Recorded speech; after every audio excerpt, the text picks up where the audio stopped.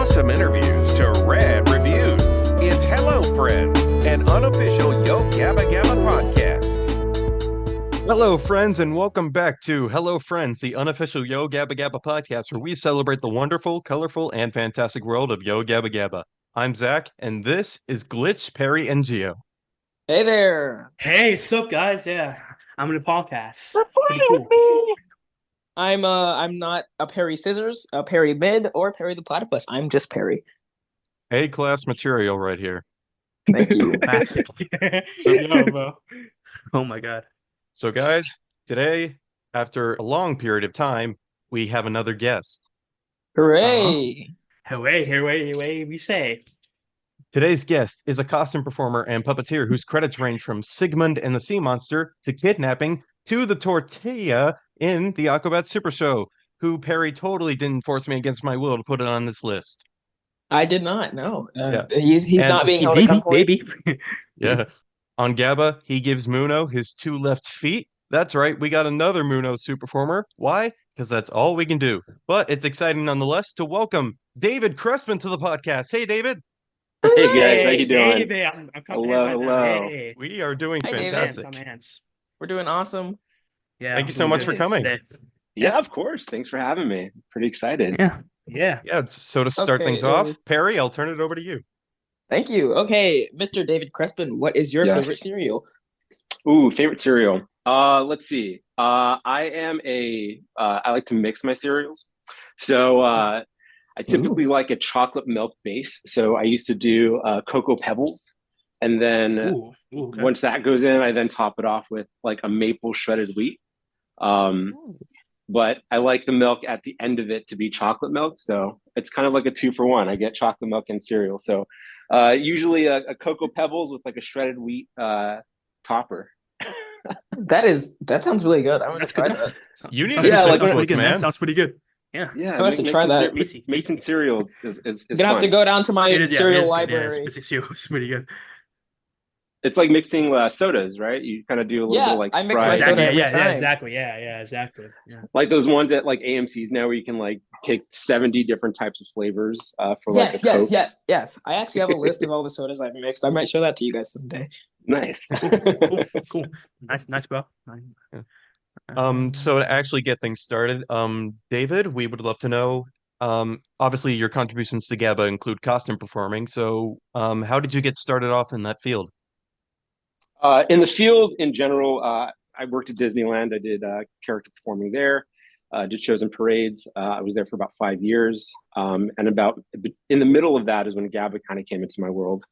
The way that kind of happened was I was doing one of the parades, and Erin Pierce, who is the voice of Tootie, her sister and I were actually friends. Her sister, Tara. And I think at this point, the show had already been picked up and they were in pre-production. And Tara had mentioned it to me one day between parades saying, hey, my sister, she's working on this. At the time, I didn't know the magnitude of the show. I just knew there was this project and there were some costumes in it. And they were looking for somebody who was about 6 feet tall and had the, normal requirements, not claustrophobic, can, be comfortable sweating and being hot and can move and dance. So I was like, yeah, that sounds cool. And she gave me Shannon's information. But the note she did say to it was, when you do reach out, make sure you say that Erin gave you this number and not me, because I think they were trying to keep it very, they didn't want it to spread out too much on it getting out that this was being kind of worked on. And and then I reached out to Shannon. And at that point, obviously the costume was already created because they had shot the pilot. So it was more so just finding someone who can fit in the already created costume. Muno out of the 5, he's a little bit more fitted. The other ones have a little bit more wiggle room as far as, how you fit in them. But Muno, obviously that zipper has to zip up and there's only so much width you can be until it doesn't. So I went, tried on the costume, it fit. And for a while it was always like, cool, thank you so much. We'll let you know if we need anything else from you. And then some time would go by. Sorry, I don't know if you guys can hear that plane that's going over me. It's fine. So, and then, a few weeks would go by, I'd go back in again, try it on. I did some movement stuff in it. And then it was like, cool, thank you so much. We'll let you know if we're looking for anything more. And then the final time, they had actually had me go down to Downey Studio where the show was going to be filmed. And again, no idea what the magnitude of the show is. I've seen the costume. Those season one, specifically Muno, that season one Muno was pretty rough. So, I didn't, again, think anything more than it's just maybe going to be a little video they're going to do. So I went to Downey Studio, and I remember pulling up to the lot and thinking, oh, this is kind of big. This is interesting. And I was told I was going to put it on and do some movement for one of the directors.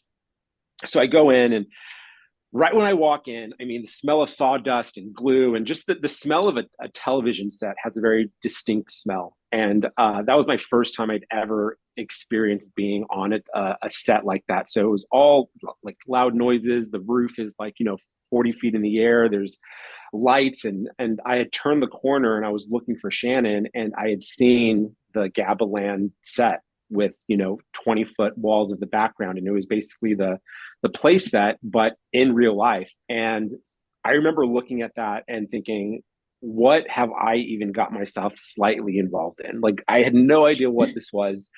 This was huge. There's giant cameras, and it was so colorful, so bright. Again, I knew nothing of the show, so it looked like a magical world in itself. So I put on the costume. I did some movement stuff for Christian and Scott. I believe they were both there. And that was kind of it. And then it was, all right, thank you so much. If we're looking for anything else, we'll let you know. And at that point, I'm like, all right, I feel like I'm being teased with all of this, especially after seeing the set. I was just like, I have to know what's going on. And so I got in my car, I was driving away. And then Shannon, I think, called me as I was just 10 minutes out, and she said, hey, do you mind coming back? We just want to see one more thing. And I was like, sure. And so I went back, and they said, hey, we start filming on Monday. Are you interested? If so, here's this room. Here's a bunch of papers to sign. And and by the way, it's going to be on Nickelodeon. And I don't think I saw them until I saw the contract. I saw Wild Brain Productions, Nickelodeon presenting, and it all kind of happened so quickly in that moment that I was like, wait, this is like a TV show and it's going to be on Nickelodeon. And so it all happened so quick in that moment. And then, cut to Monday, we were shooting the first episode, and, that's where the magic just started. And that was in 2007 or 2006, maybe, because we premiered in 2007. So it might've been, I think we shot maybe in 2006. Wow. That sounds awesome, dude. Awesome, man. Awesome. Yeah. Yeah, I mean, our last interview was with Josh Bawley, your fellow Muno suit performer, and Yes. he told a very similar story. Yeah. He was also at Disney. Yeah. Josh and I were very much, we crossed paths a lot. Obviously, we're both 6 feet tall, so you tend to kind of be in the same, at Disneyland, there's a Mickey height, a Goofy height, a Pluto height, a Chipmunk height. So you kind of get bracketed into specific height ranges. So, Josh and I definitely crossed paths at Disney a few times, and then both ended up in the land of Gabba. So, it worked out. It was fun. There wasn't many. I know I think Muno was probably one of the only ones for that first season that they had to recast, because everyone mainly from the pilot, I think, had stayed on. It was Emma. It was, Aaron. So yeah, I think Muno was the only one where it's once Mick, decided he wasn't going to be involved, they were like, all right, well, we need to find someone. So I think we were the only ones that really got replaced or added to the roster. Oh, so I was right with Mick Thompson. It wasn't Mike, it was Mick. I believe it was Mick. Now, don't quote me on yeah. that. I'm almost confident it's Mick, because I remember I just Mick. I was like, is it M-I-C-K? Is it like M-I-C? I believe his name was Mick. And I think if I'm correct, the pilots. the only reason I think I remember that as well is because Shannon, he was a friend of Shannon. He was a dancer, and I think he was I remember she said that he was one of the rollerbladers in Enchanted, the movie, in that big musical scene. He's one of the skaters in that scene. That's the one random fact that I think I know about him. Was I never met the guy. I have no idea what he looks like. He obviously did great work, but he was just there for the pilot. That's awesome. See, we did That's cool. pilot review. I think We did, yeah. a few weeks we ago. Did, yeah, we did. We did. Could have been Oh, last nice. month. I don't know. Oh, we did. it was We two did a episodes review that of we the did that. pilots last month, and we didn't know how to pronounce his name. I don't know if that stayed in. Yeah. I don't know if that stayed in the episode, but I Yeah. think it did. It It made did, yeah. It did, yeah, it did. Yeah, I've obviously I've seen the pilot so many times, but I haven't seen it in quite some time. So I have to. Wow. I mean, so many changes. Everything looks so Oh, different. no. Oh, no. It's Muno. It's Muno. It's Muno. Yeah, Chris Spoon is as a Muno pussy in his camera. You know, Glitz, I don't know why you do that when you know Yeah. this is an audio podcast and no one can see you. Okay. When did you first hear about Gabba and how did you get the job? You kind of already answered So that yeah, question. so You kind of, Yeah. a Yeah. timeline wise, so at the time I was doing the 50th anniversary parade. Again, I was friends with Tara. I didn't really know Aaron too well. We were all in the entertainment department. So we were kind of all, I mean, the entertainment department at Disneyland is very big. So, but Tara and I, our units in the parade, I was in the Alice in Wonderland unit and she was in the Lion King unit. So we were very close together in the parade. So, between parades, we'd all kind of, cluster as groups of people. And she was just one of the groups of friends that I would always have lunch with in that circle.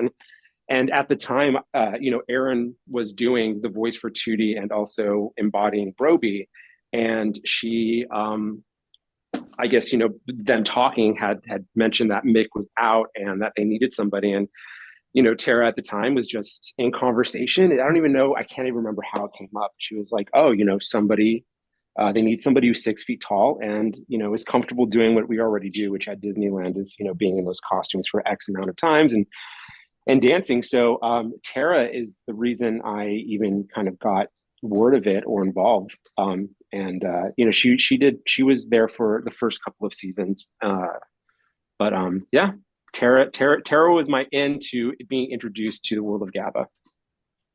Well, thank you to Tara for Yeah.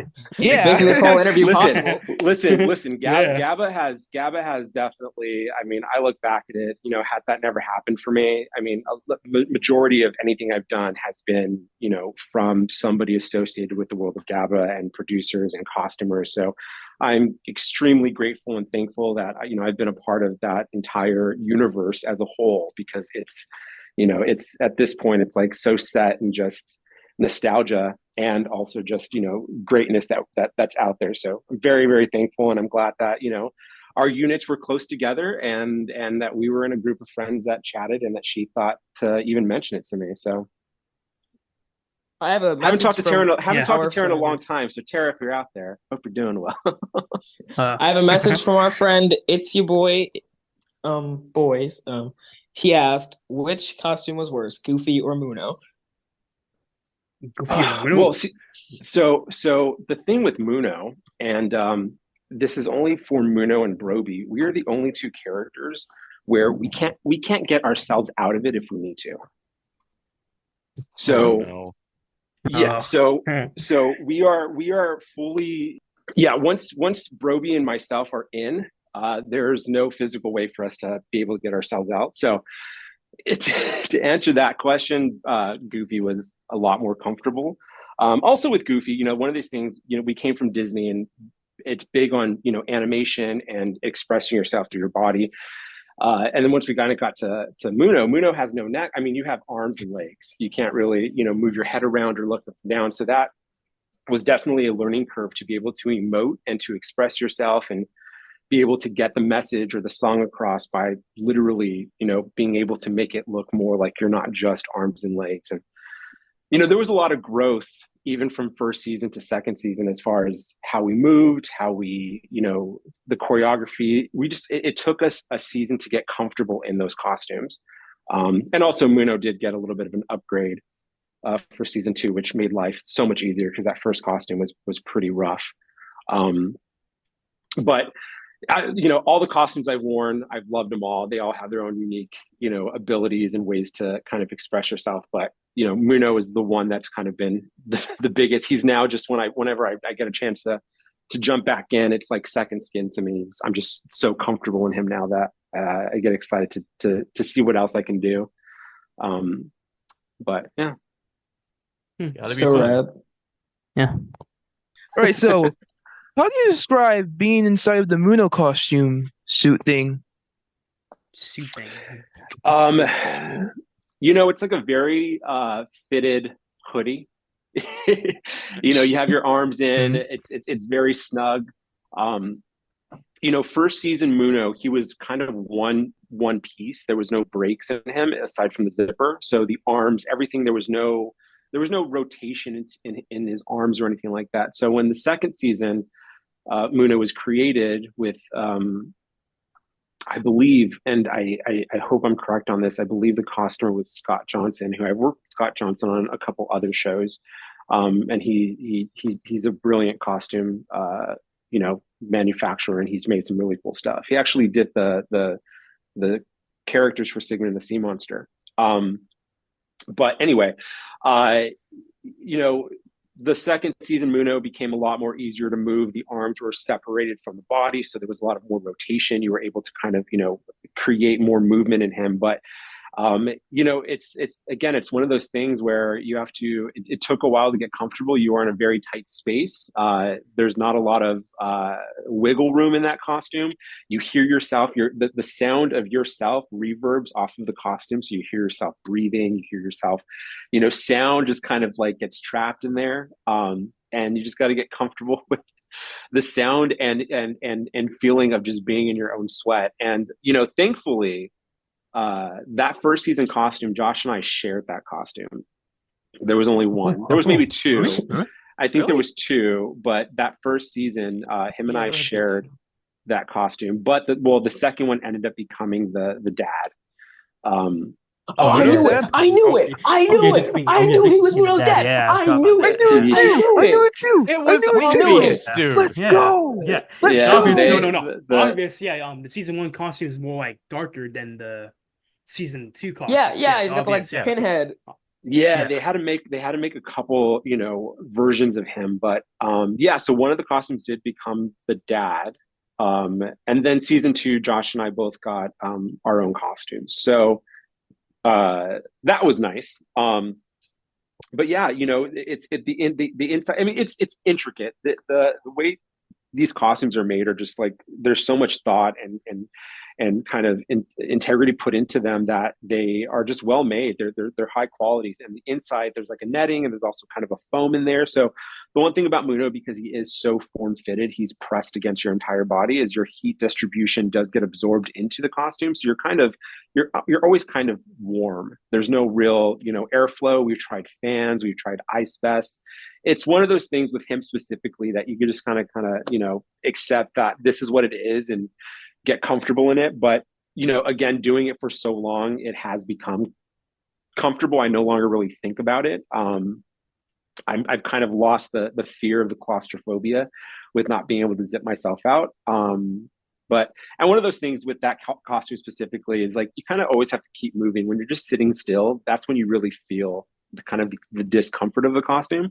So it's better to kind of just always keep moving, kind of keep dancing, walking around, but it's fun being in Muno. He's tall, he's giant, he looks so much bigger in person.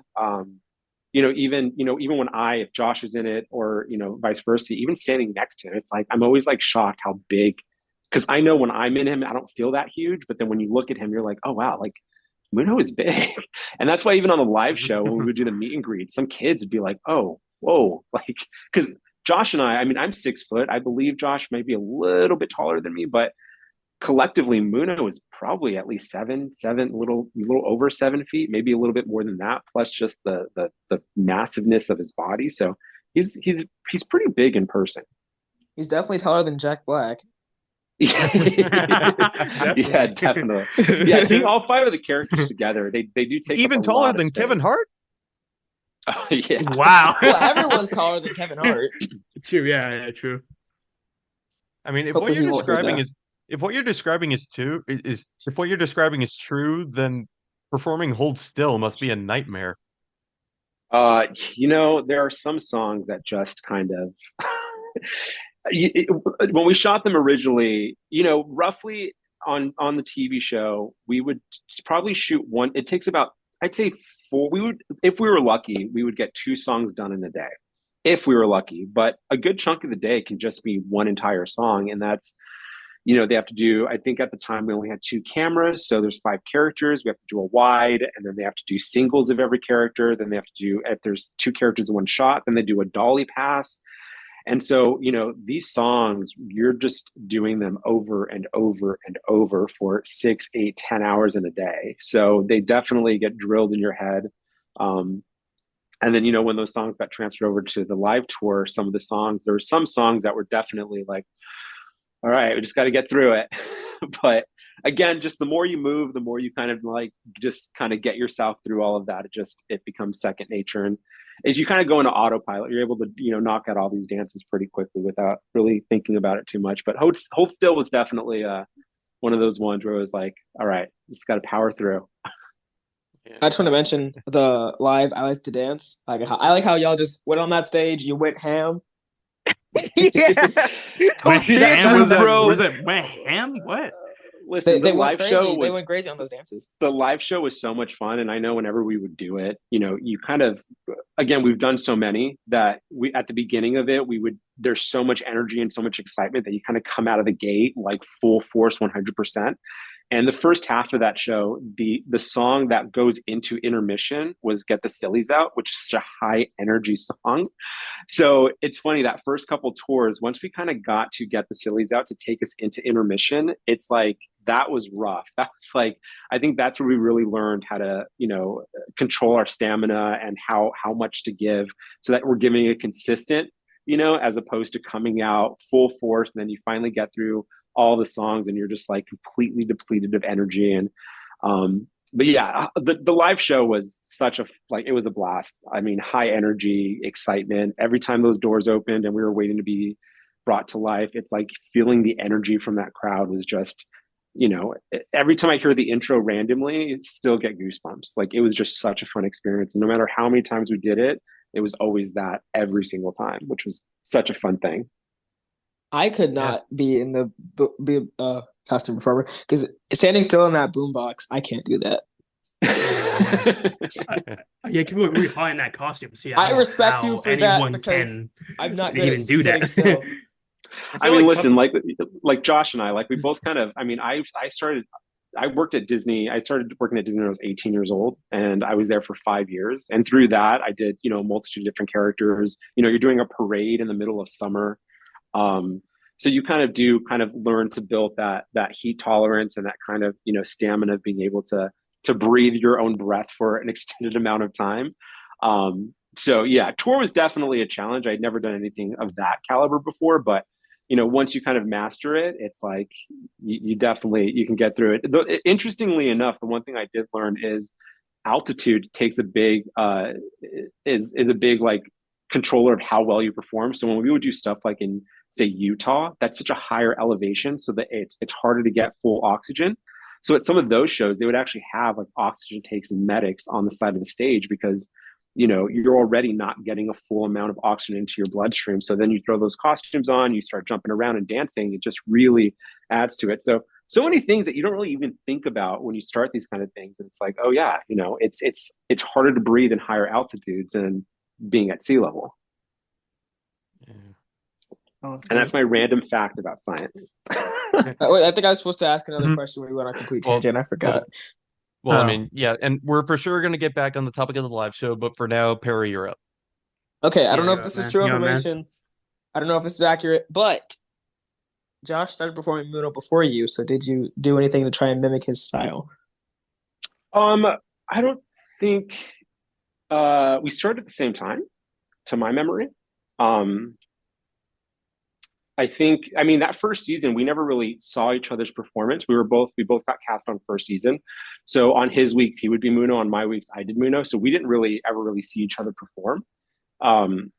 It wasn't until the season aired that we kind of saw how we each did our own thing. But one of the reasons that I think they were confident with bringing Josh and I on is as much like at Disneyland, every Goofy has to look the same. So I think both of us kind of maybe went off what we saw from the pilot as far as Mick went. But I think it wasn't until the first season really aired, we were able to kind of see how we countered each other and how we both moved in our own unique ways. And I think we both kind of refined that, and it became more of a married movement system once we kind of went in. But I think we both have our kind of, unique little quirks and our unique ways of moving, as with, everyone. But I think because they're so close together and they're not so vastly different, it doesn't become too much of a thing. But yeah, there's definitely, I mean, there are some episodes where I'm like, oh, that's definitely me. And there's some episodes where I'm like, is that me? Or because we've done so many. And again, we've been on, I mean, this was 2007. So I forget, what I've done sometimes. And we've done so many things even outside of the world of the Gabba land. So it's like, there are things that it's like I have to remind myself, or things will show up randomly, like on YouTube or something. I'm like, oh, I completely forgot we did that. Like I forgot we did an episode of Raising Hope, and I saw a clip of it, and I was like, oh, that's right. Like I do not remember that we shot an entire episode of Raising Hope. So yeah, so to answer the question, we didn't really get to see each other fully perform until the first season actually aired, just because we were on opposite schedules. Yeah. Oh, so Zach lied to me. Well, in my defense, when I did my research for this, I tried looking at the end credits of one episode from season 1, and Josh's name was the only one under Muno, so I guess I just picked an episode where he was the only one who did it. I've never actually. I mean, yeah, I don't know, but we did get cast at the same time, and I don't remember. I mean, the first episode is Eat, if I remember correctly. Yeah, and is Eat. And I think that's me. Again, I have to go back and watch it. Like I haven't watched a lot of first season in so long, so I think timeline wise and historically, I couldn't tell you who was actually the first one to actually put the Muno costume on and do it on camera. But yeah, we both got cast at the same time, and we were, back and forth on each episode. But yeah, I don't know the credit things. I have to go look at that and see if maybe I wasn't credited on an episode. Yeah. Welcome to Zach's manipulation minutes, because I recognize a thing between some costume performers. Some of them I still can't tell, but in terms of you and Josh with Muno, you I can recognize your manipulability with him, because you're very swift, and you keep your hands in front, and sometimes you put your hands to your chin like that, while Josh is more like he puts his hands out like confusion and excitement. Like he's well, how do you know that one's me? How do you know which one's Josh and which one's me? How do you know it's not opposite? How about what if I'm the one that exactly? You got me there. You got me there. You got me there. He doesn't no, know. That's right. I tend to. I mean, I can give you a couple episodes that are me, so you can kind of like I'm in the circus episode, so that's me with Weird Al and Sarah Silverman. Cool. And also I also did so many other outside characters aside from Muno. Actually, our next question. Oh, yeah. Okay. Yeah. Besides Muno, what other characters did you perform? So let's see. I was the dad in one episode. I was Foofle when Foofle first got introduced. So you were Foofle? I was Foofle. I go surfing with brilliant. I was Barbara the bird. When the characters go hiking and they get to the top and meet Barbara, and then Barbara flies Tootie back down the hill. That is me. I was Starsky, the starfish, in the superhero episode with Mosef. I was the Alien King when they go to space. That was an interesting episode. Our choreographer was very, very creative with that, and we actually we were wearing knee pads that had the feet on them. So and we had to dance. We had to dance on our knees. A little inside behind the scenes. That's actually awesome. Okay, actually, you mentioned being the dad, and I'm pretty sure, okay, this is going to be a problem. This might be a problem. I think either Josh said he was the dad, or I think he said he was the dad. So there is a family episode, and the only time I know dad makes an appearance a couple times. So there might have been the time he did it and I did it. The only time I remember being the dad. So when we first meet Muno's family, I'm Muno, and the dad was not Josh, it was somebody else. And then later on, I think the dad did make an appearance where Josh did play him. And the time that I played the dad was when you actually go to Muno's family's house, and you meet Go, like Go's eating, and Chibo's there, and I played the dad in that instance. Also, there are some times where we have to go back and do pickup shots, and it may fall in a week where I was doing it, but then they came on a week where Josh is there, so they'll do pickup shots, and then it kind of goes in and out to where there's times where they have to go back and just do something really quick. So, can you jump in and do that? So, I mean, there very well may be. I mean, the dad does make a few appearances through the series, so I would not doubt that he played him at some point. Again, we were on opposite schedules, so there'd be times where I had no idea what was going on the other week, but there'd be times where I was always working with Josh. For example, the school episode, Josh is Muno and I'm Google in that episode. So it always kind of worked out that on my off week, I always ended up coming in to do a random character. And that's where I did get to see Josh as Muno a lot. So kind of worked out for me as well. Nice. That is Awesome, man. so Awesome. cool. Yeah, Gucci. Yeah, it's cool. Yeah, it's very cool. All right. Gio, you're up. Okay. Do you have a favorite moment working on the show? That's a tough one. There are definitely a lot of milestone moments. My favorite thing with doing Gabba is anytime we got to do something outside of Gabba. So, doing any of these kind of stuff on other TV shows, or we did a crossover episode with the Fresh Beat Band on Nickelodeon. Yes, Oh yes, yeah, yes. Yes. First be band, Yes. first be band. No, So- yeah, but the first be there. Fresh So Beat that- Band, go Gabba Gabba. Yeah, so I'm Muno in that. Huh. That was a fun experience because we shot, we did scenes on the lot, and there's people watching us, and so that was fun. We did that. I remember one time we did a photo shoot for Entertainment Weekly, and we did a photo shoot on the beach, and that was just an out of weird body experience because again, they're very protective of the characters not being seen outside. So anything that always took the characters into like doing Coachella. We did Coachella originally in 2010. That was being able to see real reaction. When you're on a TV set, you're filming for the camera crew and the director, and you're doing the same thing over and over again. So once we kind of took it into the real world, and any opportunity you get to see the reaction from fans, that's always the best because it's like, oh wow, like people love the show. And when we did Coachella back in 2010, we had a set, and we were like, who's going to come to our tent? It's on a Friday.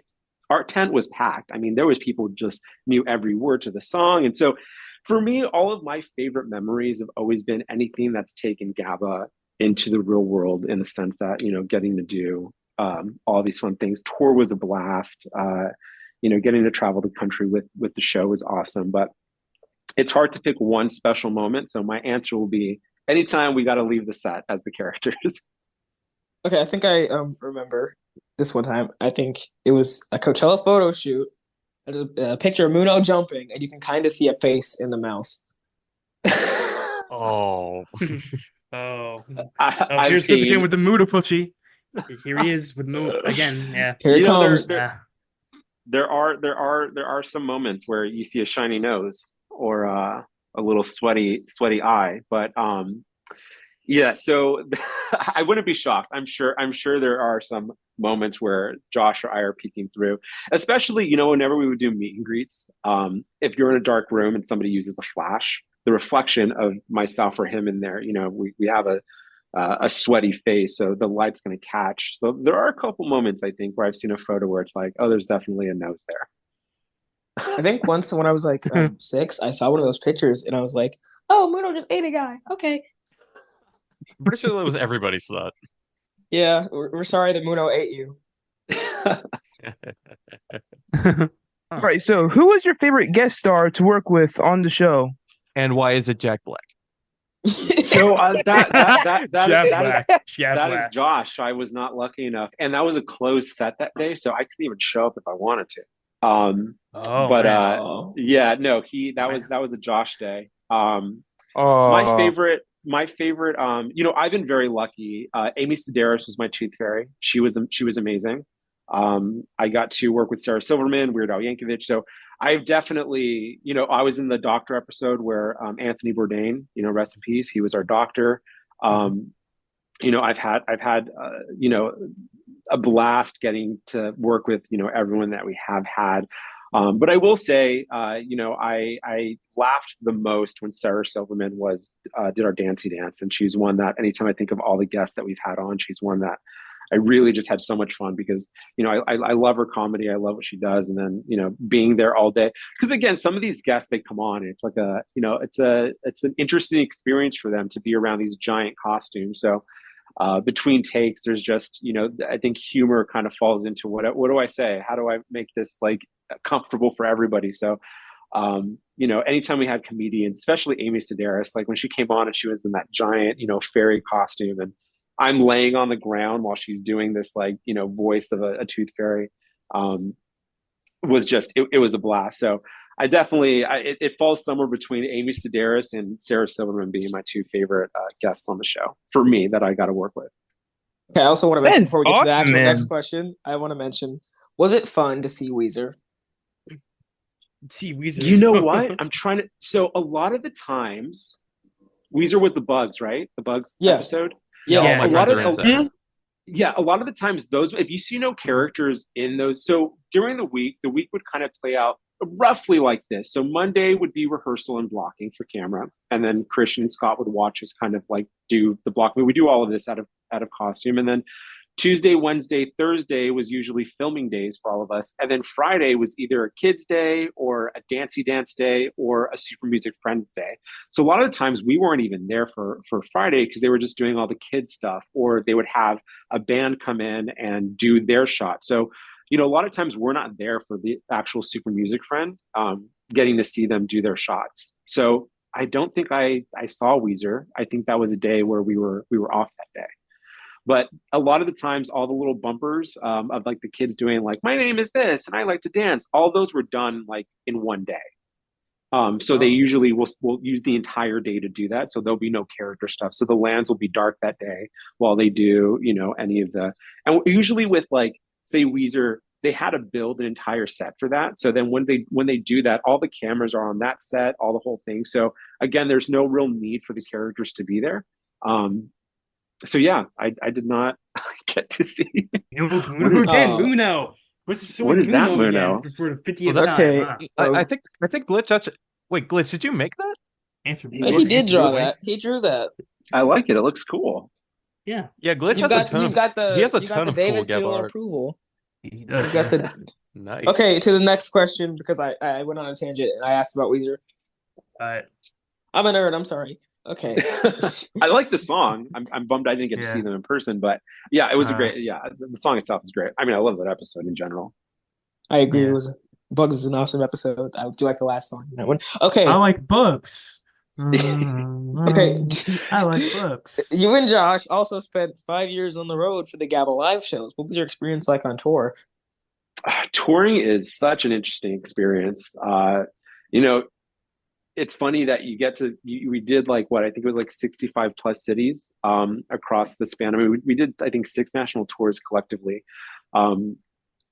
But, a lot of the times, the only thing you see in each city is the inside of the theater. So we get off the bus, we go in the theater, we do our 2 shows, we get on the bus, we drive to the new city. So it's definitely a different way of living. The first, couple tours, it took a while to kind of get used to that. And then, once you master it, you master it. But again, live experience, live shows, getting to feel that, excitement and energy and all of that is just, it really just shows us and got to give us a first person perspective of how loved and insanely popular the show was.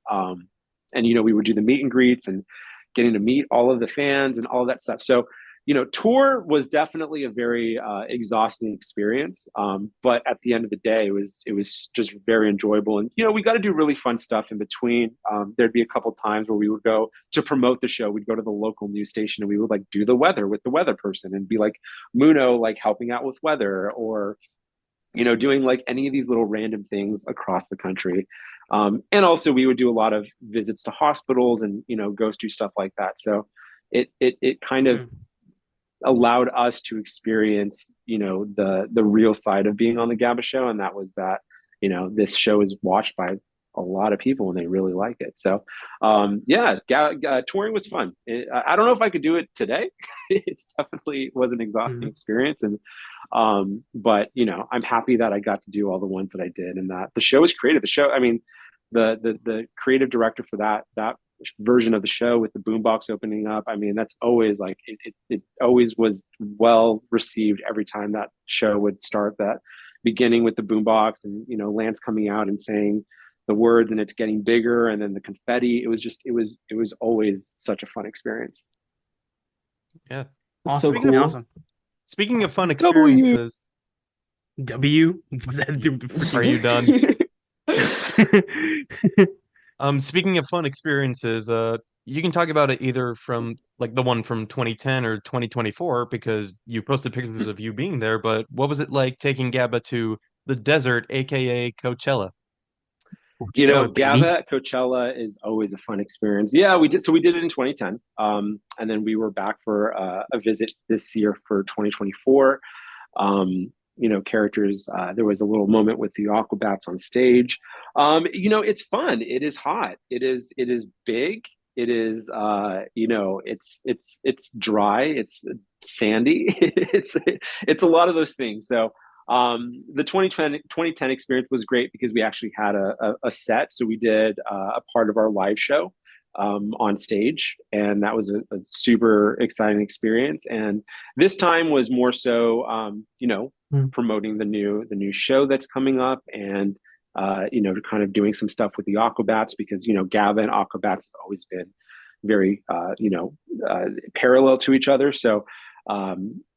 It was a great experience, and I'm super glad that walking around the grounds, people still know who we are, and again, these characters are so big, so when you see them from across, you get drawn to it. You're like, what are those giant things walking around? And as you get closer, people are like, oh my god, it's Yo Gabba Gabba. So Coachella was fun. I hope there's opportunity to do more in the future, but it was fun to go back. It was crazy to think that it had been 14 years since the first time we went, but definitely a fun experience. It's the best. One word to describe it is just hot. It's just really hot out there.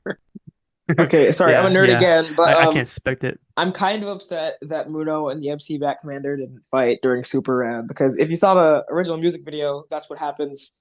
They did, they did. Yeah, I think it's because I think Muno is Muno now. Those characters I think were inspirations. I don't know if the children, Perry. Yeah, Muno wouldn't find anybody. He's tall and friendly. Yeah, I guess why they just played patty cake on stage. They danced around. He wouldn't have won. Yeah, and except for Fufa. Oh man, the old like 2010 stuff that was all documented and put it on different videos on YouTube. I hope that happened this year.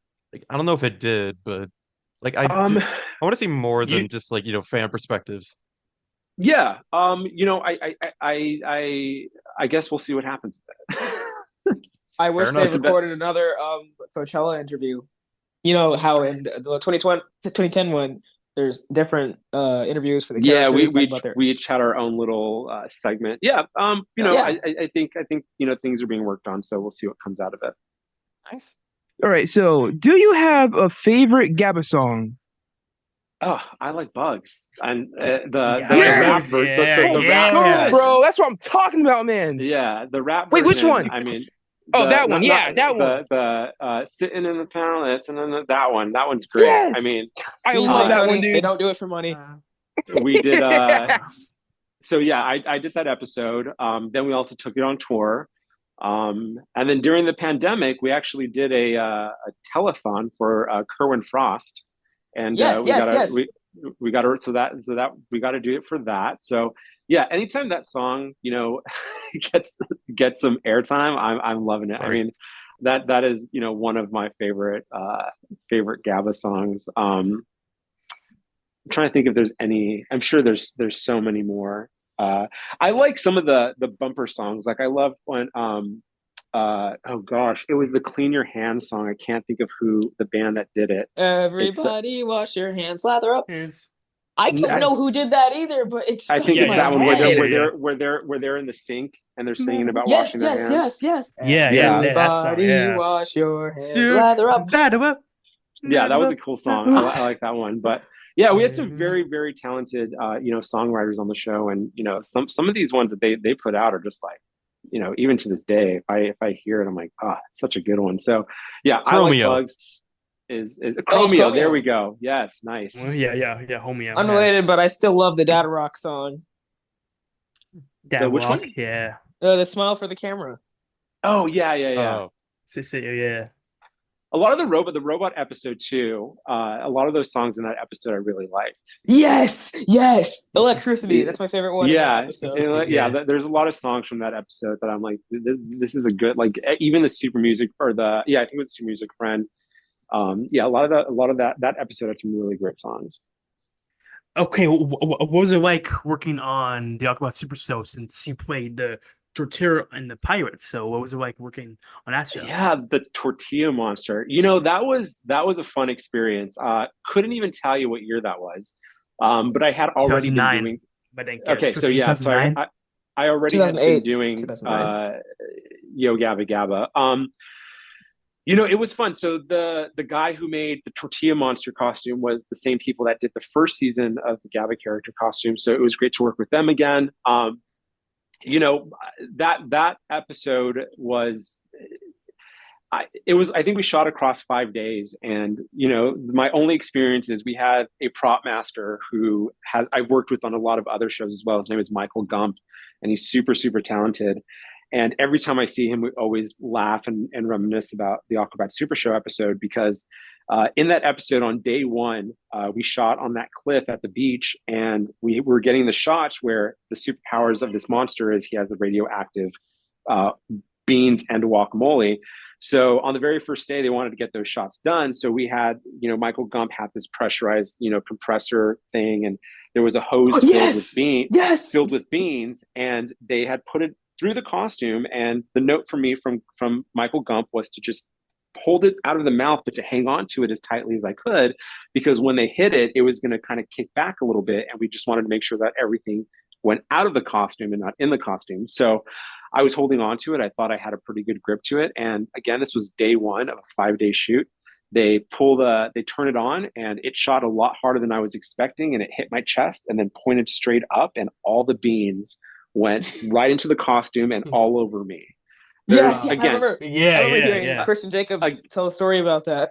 Yeah, again, we're on location, so there's no shower, there's no sinks, there's no running water, and it is day one of a 5-day shoot, and it's like first shot of the day. So I am covered in black beans, and the costume is just destroyed with black beans. So we had to clean it out, and then we ended up, finishing the thing. And later on, there's a scene where he has to like bathe in this ooze. So they had me in a little kiddie pool, and they're just pouring ooze on me. And then one of the final shots, I think on the final day, is where they put a bunch of little like mini explosives, like firecracker things, all over the costume. And while I'm in there, it's like, it was just the entire shoot. I love watching that episode, because that entire thing was insanity as far as just everything I went through during that entire shoot. One of my favorites is they have me standing on the edge, that scene where he's looking down.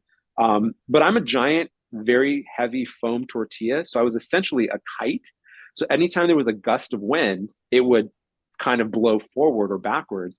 So I was kind of worried that I'm like, if I go any closer to the edge of this cliff and there's a gust of wind, I'm going down. Like I'm gonna be like a flying tortilla.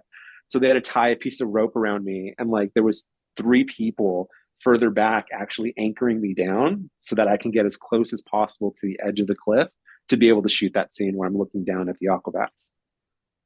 The Aquabats are insane. Oh, that's gonna suck, bro. That's gonna suck. The Aquabats are insane. Yeah, man.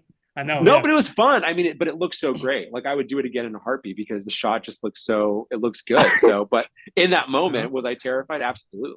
Oh, hold up. I just got word that the show's getting renewed. What? Oh no. No, it's not. Oh no. What are you gonna do? Okay. This is my favorite question. Okay. You also performed Muno again for the Kerwin Frost telethon in 2020. What was it like returning to the role during COVID times? You see why I was laughing? You're you're answering our questions early, left and right. That's amazing. Yeah. Yeah, I know. Sorry, Thanks, man. I just too quick. Yeah, no, it was Muno at that again. point- Whoa, Muno again. Mr. Gucci. Gio, Muno let him again. talk. Oh my god. I mean, I love the collection. Yeah. Oh yeah, I made this figure. It's cool. Oh, you made that? Wow, Yeah. that looks like legit. That looks Thanks. pretty like what gets sold in stores. Yes. It makes Can't wait a for lot the of next cool awesome, stuff. man. pieces of Gabba merch. Good job. Yeah. Thanks, man. Yeah, no, it was fun. Thanks. It was fun. It had been quite a few years since we had come back to even do anything. So, being able to kind of reprise that, and then even the songs that we did was kind of just reminiscent of being on tour again. But that experience in itself was pretty wild, just because that was during the times of like COVID and testing, and so it was a pretty rigorous operation just to get us into the building, because there was a lot of things that we had to do beforehand to make sure everybody was healthy enough to go inside and all of that stuff. But yeah, that's I love any opportunity to perform that show, and I think the way it was shot was really cool, and we only did it that one time. We didn't get another opportunity to kind of go back and do another pass. So the fact that we had minimal rehearsal and jumping into it after so long and then doing it that one time, it was like, oh, it actually came out really great. I also want to mention during that telethon, you can hear that only Adam and Christian recorded new vocals for it. Yeah, you know how I like to dance. They're saying, "So DJ Lance, it's Kerwin Frost," and you can only hear Christian and Adam. Yeah. Yeah, I think it's so off.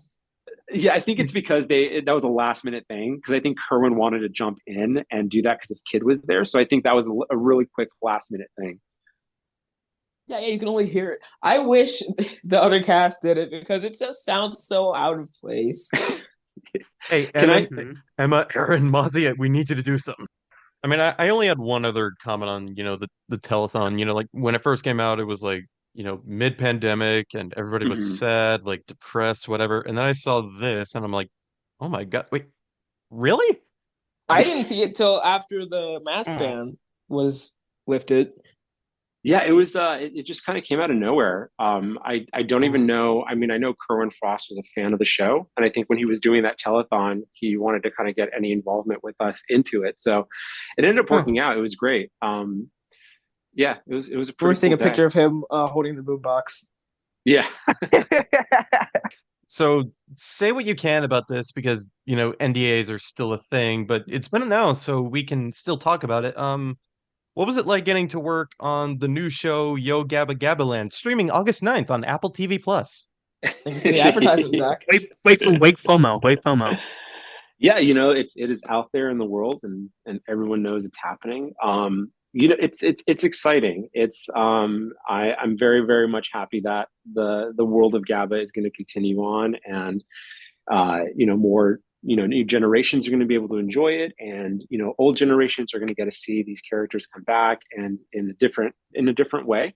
What I can say about it is it's going to be exciting. I'm excited to see it. Again, we don't get to see a lot when it's happening in real time, but I think it's going to be a nice kind of reintroduction to another side of these characters and the world they live in. So it's going to be great. I think it's going to be very well received. I think Cammy is going to be loved. She's amazing, and yeah, it's going to be exciting. And August 9th is a few months away, but I think leading up to it, hopefully, Apple drops some teasers out there and we can see a little bit more. But yeah, it's going to be a really fun time. I think it's going to be great.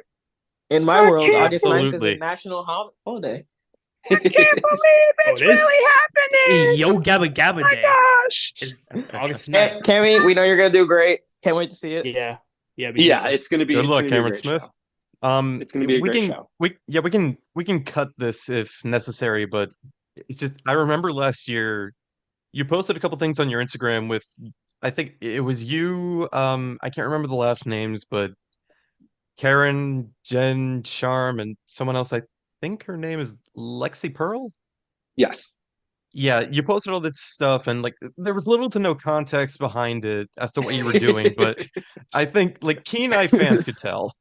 We definitely Yeah. speculated when you Yes. first posted it. Zach sent it to this group chat we're in. We were like, wonder what this could be.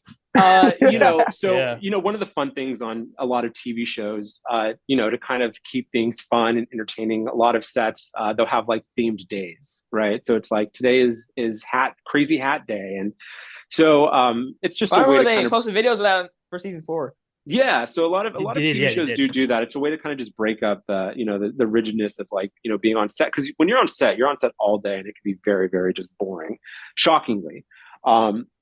So, I enjoy social media, and I posted a little bit of things without, getting myself in trouble, putting too much out there. But yeah, those posts, we were in the middle of shooting our portions of the show. Even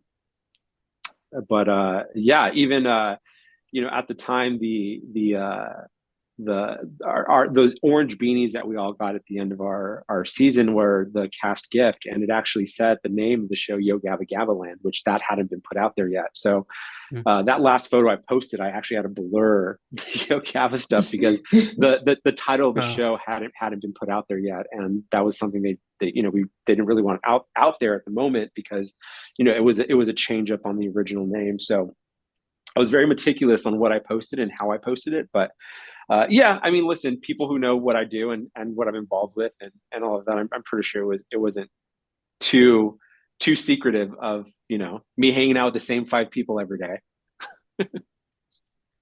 One extra word, what a changer. I mean, I agree. The build up to the show, like Gabba started posting on TikTok, and there are all these things with presumably the new reboot suits and like Roby doing the gritty. And I think It was super gritty, yeah. The new Muno suit and the poster they posted. I think Muno has a really big forehead. Really pushed an eye too. Oh, no. Yes. Yeah, I have to go. I didn't zoom in on them too much, so I have to go kind of look at them again. With all things, there has to be like a new version, and I think the specs are very specific on who makes them and how they're made. I also think sometimes the camera, if it's a different angle or if it's shot in a weird way or editing, I think things can sometimes be a little bit more skewed.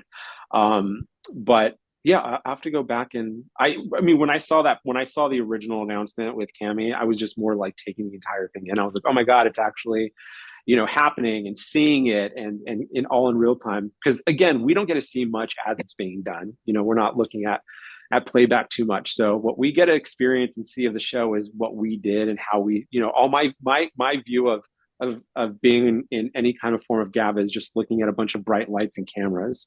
So, getting to see the other side of it, it's like, when the show comes out, I'm going to be watching it like it is the first time I'm going to see it. So it'll be kind of exciting for me to kind of re-experience it all. But yeah, I have to go. I haven't really seen the different dynamics of each of the characters, but I have to go look and see if his forehead seems a little bit bigger than normal.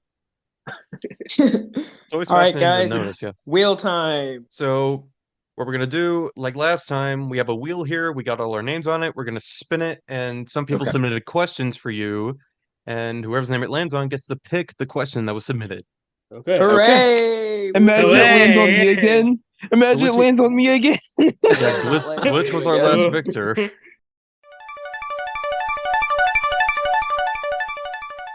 Landed on Geo. Oh. Yeah, well, I'm gonna pick a question. Okay. Bradley Tune says, how did they make the costume? Bradley Tunes? Bradley? Oh my god. It's Bray. Our good friend Bray Tunes, dude. Oh, Bray Tunes. Oh my god. Bray, Bring it Bray. Bray. Did you not know? Oh my Did you god. not know that?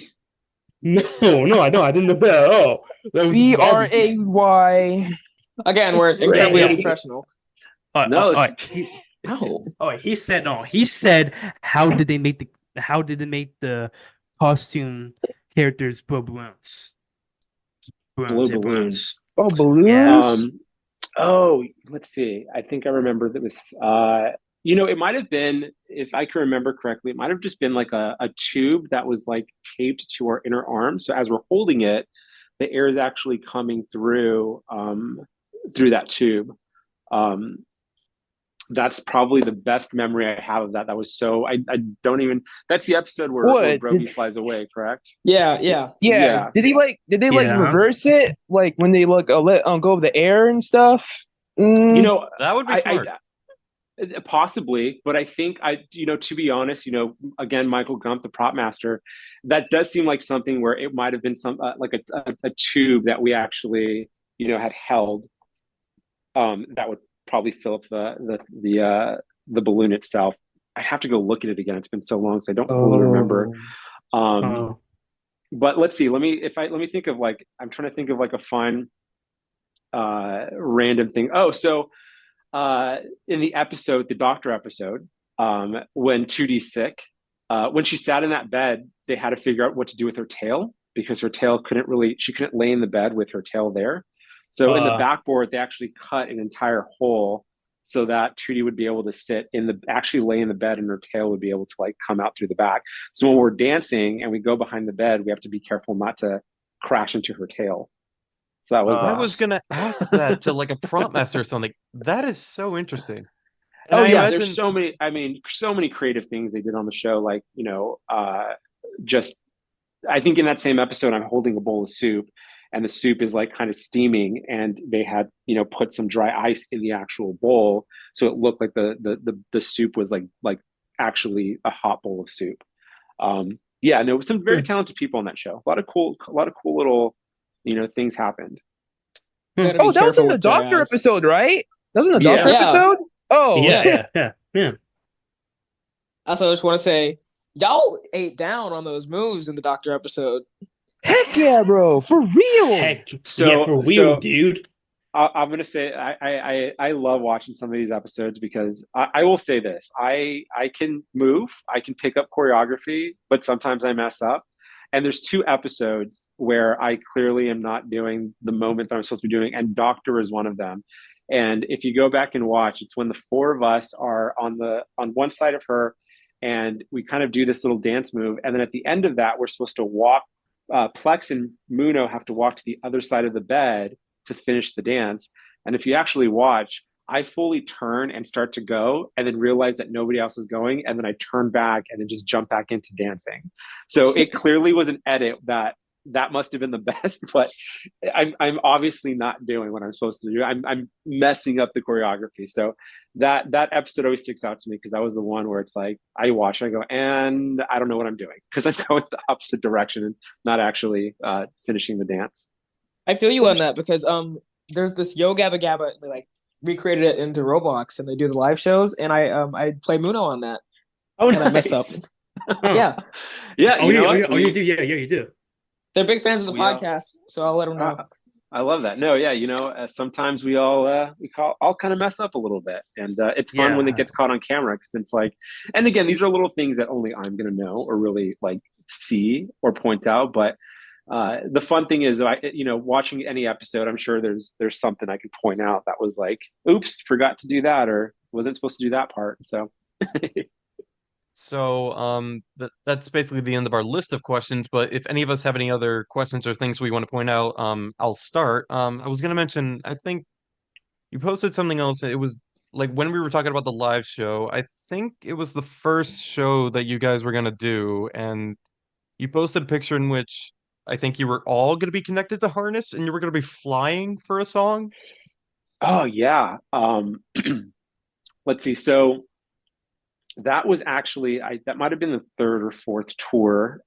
They kind of started incorporate. We were switching up the songs in the show, and there was a song that we were going to do called I think it was big step or baby steps, little steps, baby steps, baby steps, big steps. Oh, that's in the show. Baby steps, fly. So what was originally supposed to happen was Muno was going to come out and. We were going to sing this song about taking big steps, baby steps. And as he took a step, each step would get a little bit bigger. And then he would start to bound, basically take leaping steps across the stage. And so during rehearsal, we, out of costume, we did it. It was great. And then once we kind of threw on the costume, we realized there was a little bit more that we had to work with as far as, keeping ourselves centered and making sure we weren't spinning when we went in the air. So we did it for dress rehearsal. So usually in a live show, we tech the show for about 2 weeks. And then towards the end of it, we start doing full runs of the show in the costume for nobody. It's just for the directors. And, we're like working out all of the kind of minor details. And then we'll usually do one dress rehearsal where we invite friends and family to come see the show. It's only for them, but this is the final with an audience to see if there's any changes that need to be made. And that was only performed for the friends and family dress rehearsal, and then it was cut immediately after that because it was just something that sustainably we were not going to be able to do for the remainder of the run. But we still did fly in that show. So in the Bugs song, there was a mosquito and a butterfly that would fly over the stage, and then in the later on in the show, in the balloon song, it's when Broby would grab all the balloons and fly up in the air. So all the flying elements some did still stay, but the only one they did cut, which would have probably been the coolest one, was the baby steps, big steps with Muno, because it just wouldn't have. I mean, listen, I wish it stayed. It was such a cool thing, and it just realistically though, it was very hard to be able to manage because there'd be times where the pass would go great, but then there'd be times where once Josh or I would lift up, if we didn't there's a way you have to mimic your legs in a way that keeps yourself centered. So if we missed that or the rotation was off, basically Muno would be spinning in the air. And then if we're spinning and we can't catch our footing, then we're falling on the floor. And it wasn't going to look cohesive every show. And it's just one of those things where it's like, we'd rather just every element of the show should be perfect. And that was just one of the ones where when we did a dress rehearsal, unfortunately, what could go wrong went wrong during the dress rehearsal, and that was a final decision to be like, all right, we just got to cut the entire segment altogether. So I don't know if anyone ever shot the dress rehearsal. I'm sure there's footage out there somewhere of that song, but I've never seen it, and I wish I could because I'm sure it looks hilarious. But yeah, it was a fun thing, and we rehearsed it for weeks, but we rehearsed a lot of it out of costume because the actual pulley mechanism was computerized. So it wasn't somebody doing it. It was on an already automated track. So we had to learn how to keep up with the actual movements of the harness. So yeah, it was a very interesting, dynamic. It was really cool to at least, learn that side of it because I'd never done anything like that before. I just want to mention that in the Nick Jr. Mega Music Festival, when the cheese is running to the stage, it knocks over a kid. Yeah, true. Yeah. Well, doesn't actually the girl grabbed the kid's hand and yeah. I love all these little details you guys have. This is great. Yeah. Like for example, for example, the live show, the slide changed a few times. So the original show, we had like an actual like children's slide that we learned we couldn't really fit in as we were sliding down the slide, and then they ended up for the party in my tummy, when the cheese and the chicken and the juice, everyone slides down. There was different slides that we had to go through, and then there was one slide where it was this giant plexiglass slide. But when it was brand new, the slide was so slick that when you slid down, it would you'd fly off of it. So we had to when you went down, they ended up having, I think, kind of put material or wear down the slide itself because those costumes are made with kind of a nylon that's very slick. But yeah, there was a few versions of the slide before we landed on the one we ended up using for the live show because there's other slides. Dang, I didn't even know. Yeah. I wish they released DVDs of all the other live shows. Yeah, I want that. True, There should be true, another behind the scenes thing. Yeah, there was only the one. I did not do the Christmas tour, so that's the one tour I did not do. I was going to talk about the Christmas tour DVD because there was a cut song that was in the actual show. It's a cover of Santa Claus is Coming to Town, and they cut it. Oh yeah, that Oh one. yeah, Yeah, that's Roby. that's Oh, the no. yeah, that's the one tour. So the only two things in the kind of the original Gabba world that I did not do was I didn't do season 4 because I was on tour, and then I did not do the Christmas tour, but I did the tour after the Christmas one. So I didn't do season 4, and I didn't do the holiday tour. I think Josh told But us that the Do It performer was in season 4. yeah, so Yeah. Cedric and Yeah. I think his other one was Chris. Yeah. They jumped in for season 4. Typically, what would always happen was timing wise, it would work out to where we would shoot a season, then we'd go on tour, and then we'd shoot a season, and then go on tour. And then for season 4 was the first time where the tour and TV show both happened at the exact same time. So they had given us the option: do you guys want to stay and do the TV show, or do you want to go on tour? And at that point, at least for myself, I had already done 3 seasons of the show, and also then got to experience touring. So I was like, touring seems a little bit more fun right now, and so I chose to go back on tour. So yeah, that's kind of how that happened. I guess Josh, I don't know his reasoning, but I'm sure it was kind of the same thing. Because I think we got our fill. At least I got my fill of being on the TV set for so long that it was fun the touring part of it was kind of a new, exciting element to the whole thing. So awesome. Yay! Let's go. So, gents, do you have any other questions before we wrap this up? Me over here. Me. He has one. He has Me. one. Yeah. I have Go a ahead, joke yeah, question Yes, and you with the Here's a joke plushies. an actual question. So, what do you think of the merchandise that they have? Like, all of it. What do you think about that? I need to go back and see what I have, because there are some gems out there that I'm like, they're hard to find. I only have the Kid Robot Muno. I only have him. I don't have the entire set. I wish I did. I do have Jack in the Box did a toy run. I have those. The little finger puppets. They were Those? finger puppets. Yeah, Jack in Oh the Box yes, finger puppets. actually I have ordered those. I ordered one on eBay today. Yeah. There was, I loved all of our tour shirts. We actually, the one that I lost, which I was super bummed about, but I ended up finding it on eBay, and I ended up buying it again for an insane amount of money. But it was when we did, usually for our tours, there was a tour shirt for every tour. The one tour where they made it one special shirt for one special venue was when we did Radio City Music Hall. So we did 5 shows at Radio City Music Hall, which was a very, very big deal.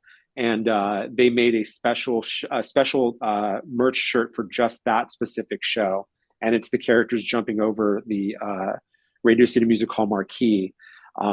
So yeah, there's some gems that I have that I'm glad I have them. I have a lot of, I love anything that Leslie Hall is incorporated with the Gabba world. So I have a lot of her merch. Yeah. Because Leslie Hall is brilliant, and I love that she's part of the Gabba world. Speaking of Leslie Hall, we might talk to her next on the podcast. Nice. Yeah. Oh. Yeah. Yeah, she agreed. yeah, We just yeah. got to Yeah. work things out with the schedule. Yeah, she is a hoot and a half. Touring with her was probably some of Not my 2 hoots. fondest.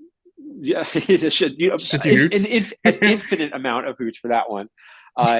Touring with her are probably some of the more fun memories, because she is just a blast to be around, and she's exciting. And I remember I'm the Muno in her Razzle Dazzle Dancy Dance, and that was the first day we met her. And just experiencing that first person was like, we were like, who is this person? And she's wild and crazy. And thankfully, she's been a part of our world for so long, and the touring and everything. So we've definitely have grown closer. And yeah, I'm excited if she's going to do this with you guys, because she is very, very fun, and I'm sure she has some great stories to tell. But yeah, going back to the merch stuff, I have no idea what they're going to do with this new season, but a lot of the merch is great, and I wish I collected more of it, knowing how big the show is going to get.